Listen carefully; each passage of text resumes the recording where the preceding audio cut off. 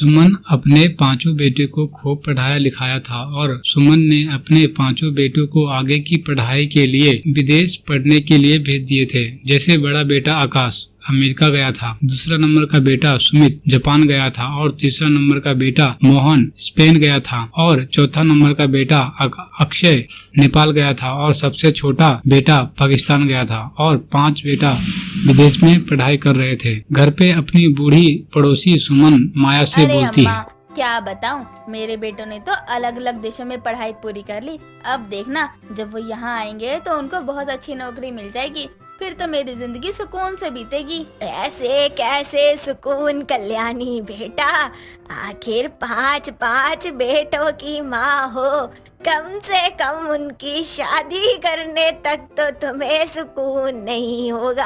हाँ, ये बात तो तुमने सही कही अम्मा। वैसे मेरे बेटे आ जाएं, फिर उनके लिए अपने देश की सुंदर सुशील लड़कियां ढूंढकर उनकी शादी करवाऊंगी। सही है कल्याणी बेटा। अच्छा तो बताओ, आ रहे हैं तुम्हारे 5 रतन? अगले हफ्ते आ रहे हैं 5 एक साथ। मैं बहुत खुश हूँ, इतने समय बाद अपने बेटों को देखूंगी। कुछ देर माया और सुमन गप्पे शप्पे मारते हैं और फिर माया अपने घर चली जाती है।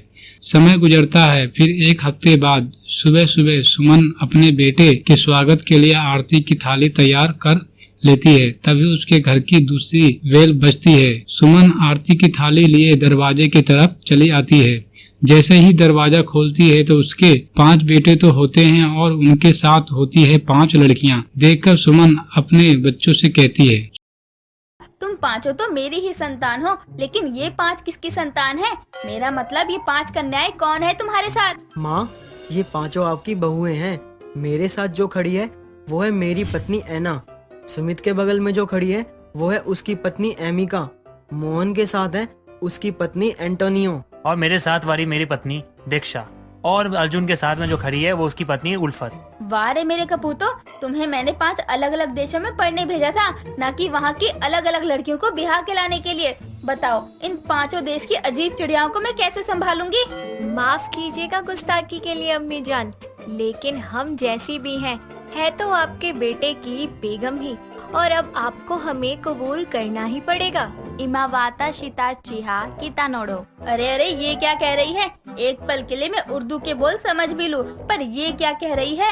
अरे एमिका, तुमको मैंने हिंदी सिखाई है ना, तो हिंदी में बात करो। वैसे माँ, इसके कहने का मतलब है कि अब आपकी बहुएं आ गई हैं, तो उनका स्वागत कर ही लो। हाँ माँ, अब अपनी नाराजगी छोड़कर हमें अंदर आने दो। सुमन अपने गुस्से को शांत रखकर 5 बहुओं को आरती उतारती है और 5 बहुओं का घर में प्रवेश करवाती है। सारी की सारी अपने अपने पतियों के साथ अपने कमरे में आराम करने चली जाती है। 5 तैयार होकर नीचे आती है और उन सब को देखकर सुमन कहती है, चलो अब आ गई हो तो जाओ और अपनी पहली रसोई की रस्म में कुछ मीठा बना लो। गुस्ताखी माफ करिए अम्मी जान, लेकिन एक ही रसोई घर में हम 5 कैसे काम कर सकती हैं? Yes mother in law, she is absolutely right. Mother लू? किसकी मदर लू और मैं क्यों लूं? उसका मतलब है कि उल्फोत सही कह रही है। दीक्षा आपा, उल्फोत नहीं उल्फत। उल्फत नाम है मेरा। यस गोमे नासाई। ये गोमो कौन है? मेरा मतलब माफ करना। सीसो गोरा और दिगा में रापिदो क्यों है? ए चुप, मैं कह देती हूँ तुम 5 को, विदेश में पढ़ाई मेरे बेटों ने की है, मैंने नहीं की, इसलिए मेरे से हिंदी में बात करो। ओके सासू माँ, मैं कह रही थी कि जल्दी से बताओ क्या करें। एक एक करके अपनी अपनी डिश बना लो। सबसे पहले बड़ी बहू बनाएगी, फिर उसके बाद वाली और फिर उसके बाद वाली, ऐसे ही 5 लाइन से बना लेना। इतना कहकर सुमन तो अपने कमरे में चली जाती है, लेकिन उसकी 5 अलग अलग बहुएं डिश भी अलग अलग बनाती है, वह भी अपने देश की। कुछ देर में सुमन अपने बेटे के साथ टेबल पर नाश्ते के लिए बैठी हुई थी, तो फिर अपने बहुओं से कहती है, 5 ने क्या बनाया है? सासू माँ, ये लो पहले मेरी डिश खाओ, इसका नाम है अंथेटी क्रेमा काटलाना। ये क्या किसी जगह के नाम पर बनाई है क्या? माँ जी, आप ये खाइए, ये मैंने बनाई है, माची को डांगो। अरे वाह मेरी जान, मोची को डांगो बनाया है। ये कैसा नाम है? डांगो? डंगर से बनवाया है क्या? Hey mom, it's my dish pudding. अब इसने क्या बनाया है? पू पू।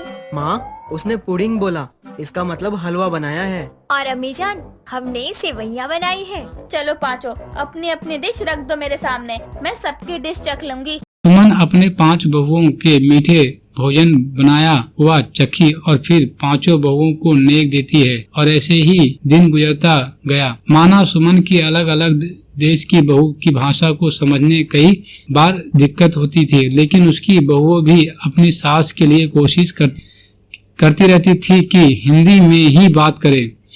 जैसा देश वैसा भेष। उसके आने के 1 हफ्ते बाद सभी बहुओं का मुंह दिखाई का रस्म होती है, जिसमें आसपास की सभी औरतों को बुलाया जाता है।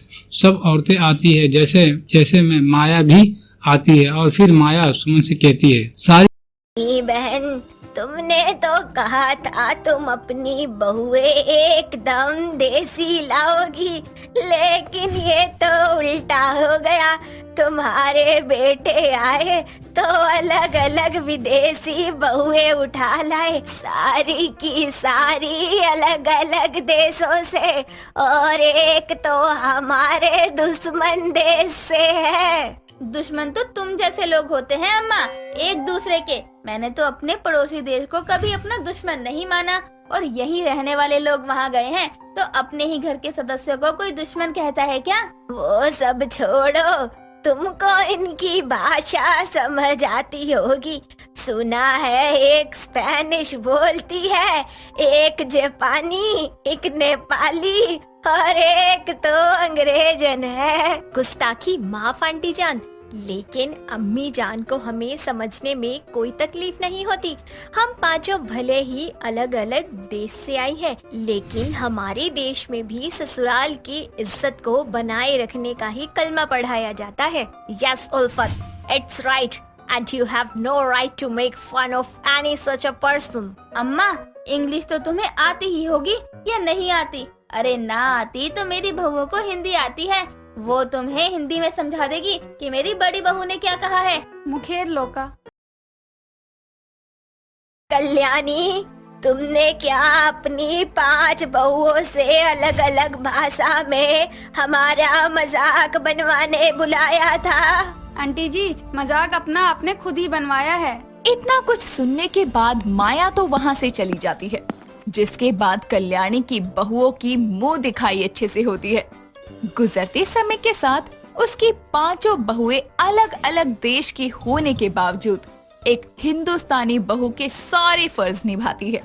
ये देखकर कल्याणी एक दिन अपनी बहुओं को अपने पास बुलाकर उन 5 को एक एक हार देकर कहती है, बहुओं, मुझे लगा था तुम 5 अलग अलग देशों से हो तो ना जाने कैसे एडजस्ट करोगी यहाँ। मैं तुम सबको, तुम मुझे समझ भी पाओगी या नहीं, लेकिन मैं गलत थी। मुझे लगता था संस्कार सिर्फ हिंदुस्तानी लड़कियों में ही होते हैं, लेकिन तुमने मुझे गलत साबित कर दिया। माँ जी, आपने भी हमें बहू नहीं बेटी बना के रखा।